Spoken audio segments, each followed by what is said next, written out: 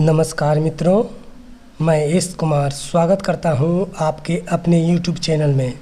आज मैं लेकर आया हूं सभी प्रतियोगी परीक्षाओं में पूछे जाने वाले फिजिक्स के प्रश्नों को, जो आपके परीक्षाओं के लिए अति महत्वपूर्ण है।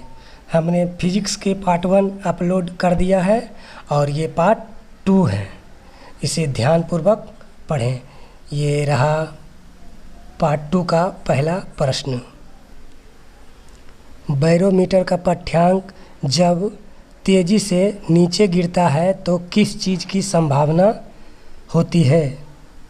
आंधी आने की संभावना होती है। हाइड्रोलिक लिफ्ट, हाइड्रोलिक प्रेस तथा हाइड्रोलिक ब्रेक किस के नियम पर कार्य करते हैं? पास्कल के नियम पर काम करते हैं। अगला प्रश्न।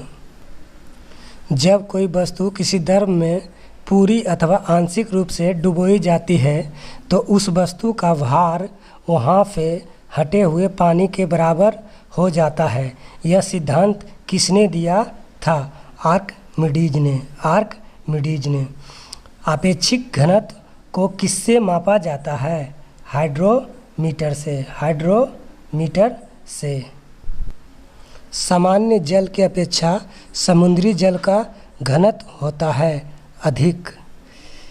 घनत्व का एसआई मात्रक होता है किलोग्राम प्रति मीटर क्यू। दूध की शुद्धता किस यंत्र से मापी जाती है? लैक्टोमीटर से।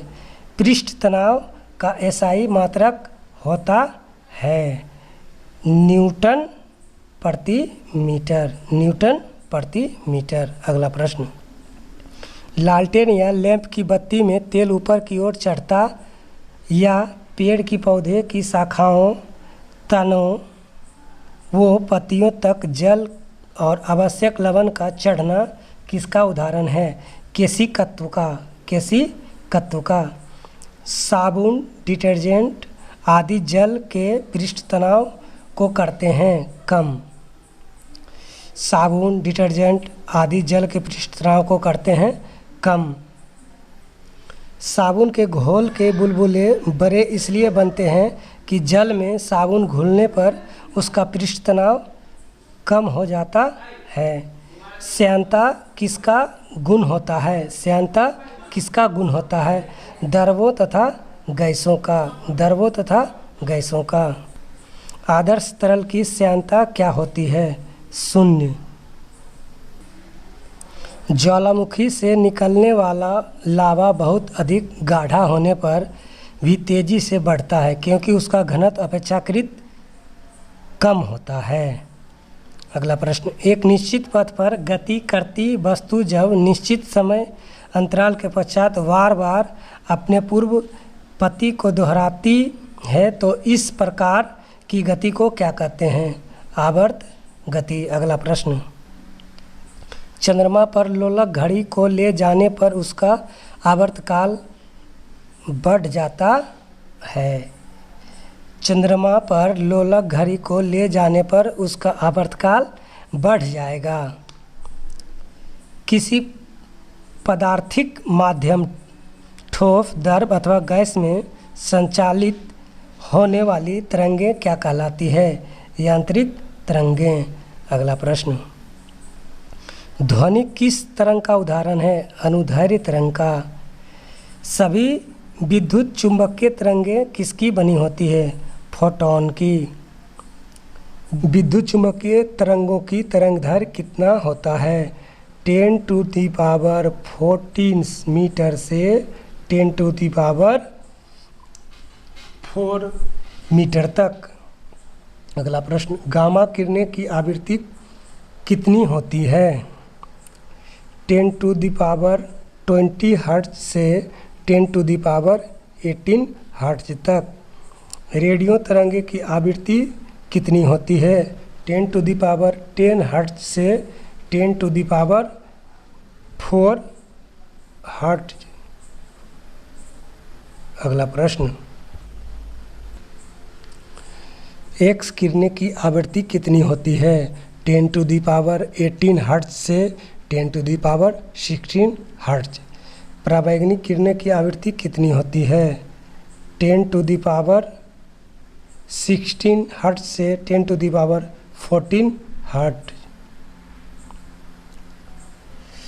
गामा किरणें का तरंग दैर्घ्य कितना होता है? 10⁻⁻14 मीटर से 10⁻⁻10 मीटर। अगला प्रश्न, एक्स किरणों का तरंग दैर्घ्य कितना होता है? 10⁻10 मीटर से 10⁻8 मीटर। गामा किरणें की खोज किसने की? पॉल विलार्ड ने। एक्स किरणें की खोज किसने की? रोंटजन ने। पराबैंगनी किरणें की खोज किसने की? जॉन रीटर ने। अगला प्रश्न, रेडियम की खोज मैरी क्यूरी ने की, लेकिन रेडियो सक्रियता की खोज किसने की? बेकुरल ने। रेडियो का आविष्कार मार्कोनी ने किया। अगला प्रश्न, दृश्य विकिरण विजुअल रेडिएशन की खोज किसने की? न्यूटन ने। अगला प्रश्न, अपश्रव्य तरंगें किसे कहते हैं? 20 हर्ट्ज से कम की आवृत्ति वाले तरंगों को। 20 हर्ट्ज से कम की आवृत्ति वाले तरंगों को। कितनी आवृत्ति वाले तरंगों को हमारा कान नहीं सुन सकता है? 20 हर्ट्ज से कम की आवृत्ति वाले तरंगों को। श्रव्य तरंगे की आवृत्ति कितनी होती है? 20 हर्ट्ज से 20,000 हर्ट्ज। इससे हमारा कान सुन सकता है। पराश्रव्य तरंगे किसे कहते हैं? 20,000 हर्ट्ज से 20,000 हर्ट्ज से ऊपर की आवृत्ति वाले तरंगों को। 20,000 हर्ट्ज से ऊपर की आवृत्ति वाले तरंगों को। कितनी आवृत्ति वाले तरंगों को मनुष्य का कान नहीं सुन सकता, परंतु कुत्ता, बिल्ली, चमगादड़ आदि के कान सुन सकते हैं? 20,000 हर्ट्ज के ऊपर की आवृत्ति वाले तरंगों को।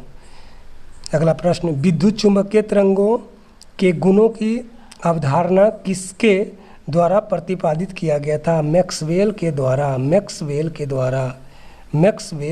द्वारा। कौन सी तरंगें विद्युत चुंबकीय तरंगें नहीं होती है? कैथोड किरणें,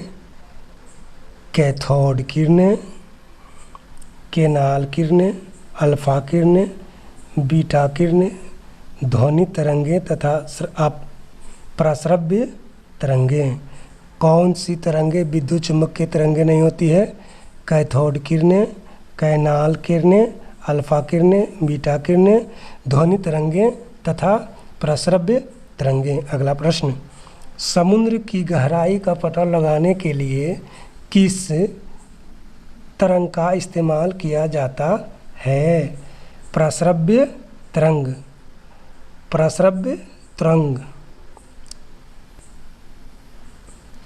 दूध के अंदर के हानिकारक जीवाणुओं को नष्ट करने में किस तरंग का इस्तेमाल किया जाता है? पराश्रव्य तरंग का।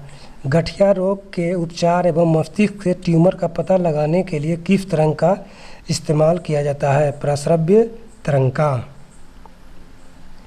ध्वनि की चाल सबसे अधिक किस में होती है? ठोस में। ध्वनि की चाल सबसे कम किस में होती है? वायु में। लोहे में ध्वनि की चाल कितनी होती है? 5130 मीटर प्रति सेकेंड। जल में ध्वनि की चाल कितनी होती है? 1483 मीटर प्रति सेकेंड। वायु में ध्वनि की चाल कितनी होती है? 332 मीटर प्रति सेकेंड। अल्कोहल में ध्वनि की चाल कितनी होती है? 1213 मीटर प्रति सेकेंड। कांच में ध्वनि की चाल कितनी होती है? 5640 मीटर प्रति सेकेंड। एल्युमिनियम में ध्वनि की चाल कितनी होती है? 6420 मीटर प्रति सेकेंड। ध्वनि का एक माध्यम से दूसरे माध्यम में जाने पर चाल एवं तरंग दैर्घ्य को बदल जाती है, जबकि क्या नहीं बदलती आवृत्ति।